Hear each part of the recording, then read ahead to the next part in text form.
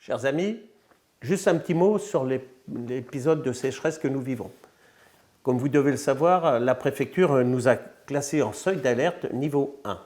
Alors, avant de vous donner les interdictions qui sont associées, je voulais vous dire 2-3 choses. D'abord, nous sommes en déficit pluviométrique entre 45 et 65% de ce que nous avons d'habitude. Et puis surtout, aujourd'hui, vous le vivez au quotidien, nous nous apercevons déjà, et c'est un peu la caractéristique de cet épisode, il devient très tôt et déjà toute la végétation commence à jaunir autour de nous.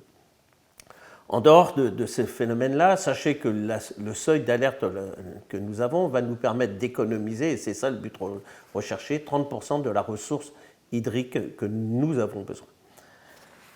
Sur le seuil 1. Le seuil 1, ça veut dire que le remplissage complet des piscines est interdit, qu'il soit privé ou public.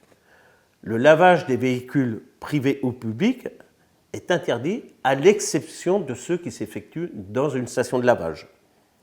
Et le fonctionnement des lavoirs et fontaines doivent être fermés du moment qu'ils ne sont pas en circuit fermé, sachant qu'à Bagnols, toutes les fontaines sont en circuit fermé. Pour les interdictions, entre 8h et 20h, je veux m'adresser à ceux qui arrosent leur pelouse. Vous ne pouvez plus les arroser entre ces deux horaires. L'arrosage des stades aussi, ce qui pour nous ne correspond qu'au stade de rugby, des aérieux. Et puis, il y a l'arrosage des terrains de golf, mais on n'est pas concerné à Bagnols. Et puis surtout, je vais parler à mes amis jardiniers. Mes amis jardiniers, il est interdit d'arroser et d'irriguer nos cultures entre 10h et 18h, mais ce qui est à peu près logique vu les chaleurs qui sont les nôtres en ce moment. Voilà, ça c'est les interdictions. S'il y a d'autres, si nous passons au niveau 2, je reviendrai vers vous pour vous dire aussi les interdictions qui y seront associées. Mais en dehors de ça, je voudrais aussi porter un discours un peu rassurant.